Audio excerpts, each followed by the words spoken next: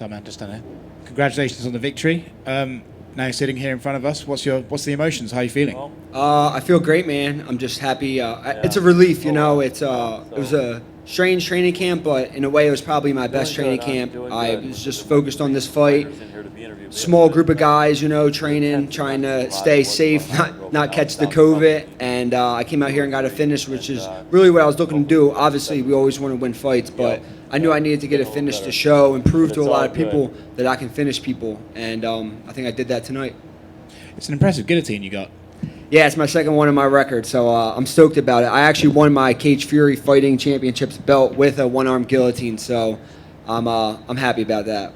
Cool, man. Is that something I heard you say on the broadcast? You tap black belts with it. Is that your go-to? Yeah, I'm a black belt myself, but I mean I've been tapping guys with that since I was a purple belt. Someone showed me at one time, and now I just have it's kind of my own version, and I catch everybody with it. My coach Daniel Gracie, he absolutely hates it. That's all I try to do, and everyone hates it, but I love it, so it works out good for me. What is it? Is it just the strength you have, or is there a particular technique? It's just I think it's a way that I get my hand in there, and a way that I kind of like curve my hip. I don't want to give away all my secrets, but if you come to Philly and come to Renzo Gracie Philly, I'll show you.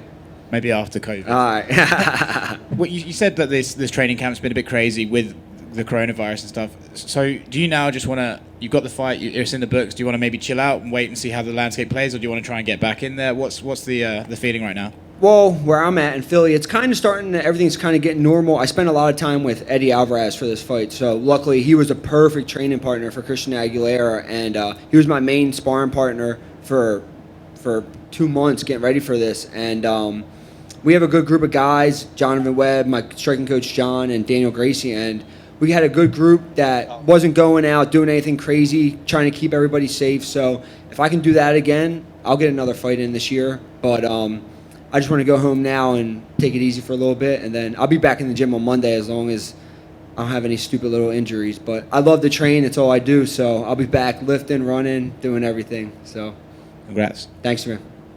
You speak of a great camp. Has that been the key to your success, working with such top-notch individuals? Yeah, man.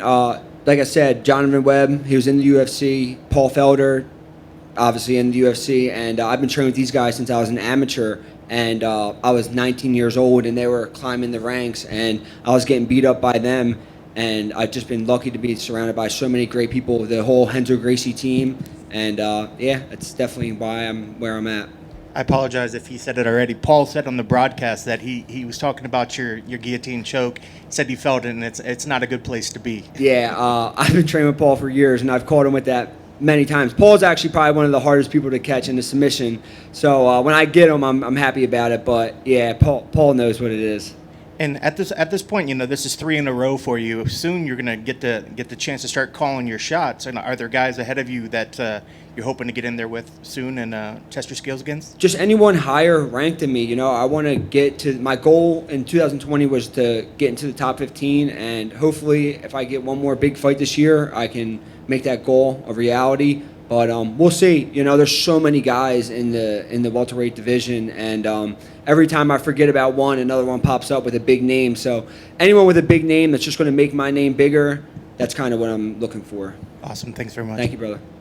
You talked about the training camp being stranger than the normal. Could you elucidate on that? Yeah, just strange not having training. Like I had training partners, guys who I was training with every day. Just my girlfriend's a nurse and my mom's a nurse, so them trying to keep me safe was just like just craziness, you know. Just anytime my girlfriend would see a new person in the picture, she'd be like, "What are you doing?" Like it's only supposed to be a couple people. Like she was trying to play it even safer than I was, you know. So just trying to be as careful as possible, trying to get my cornerman out here as safe as possible, and just trying not to test positive when we got here, you know. Like I said, my girlfriend's a nurse, and she was working on a COVID floor, and so she was coming home, not like pretty much burning her clothes before she came in my house to not get me sick, and so I could come here and fight. So I just had to do my part and just try to stay as safe as possible.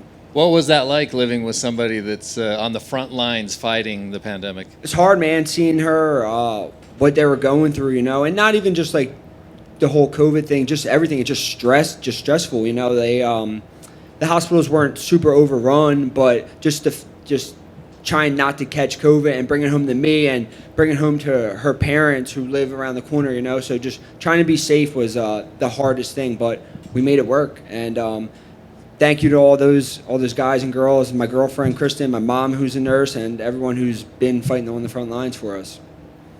Great victory, Sean. Over here to the right, to your left. Were you confident you had the submission in? Yeah, I did. So once he bucked me over, I knew it was really tight. I was going to try to close my guard, and then once we flipped back over, I knew I just had to keep applying pressure, and I was going to get it. I just had to believe in myself, and I did, and it paid off. And it looked like he was tapping with both hands. Could you tell that was a tap, or did you wonder what was going on? He was tapping with his hands, his legs, his whole body, and then I talked to Herb in the back. I was like, if I get a submission, I'm holding it until you get me off of me, right? And he said, yeah. So I wasn't letting go until Herb told me to get off. Did you have to tell Herb you had it? Or? No, I think he went to sleep. I don't even know. Herb was there, and I was like, all right, that's enough. So it's good with me. Great work. Thank you, man. Congrats, man. Jim Greasauber, cage side seat, that camera right there, if you would.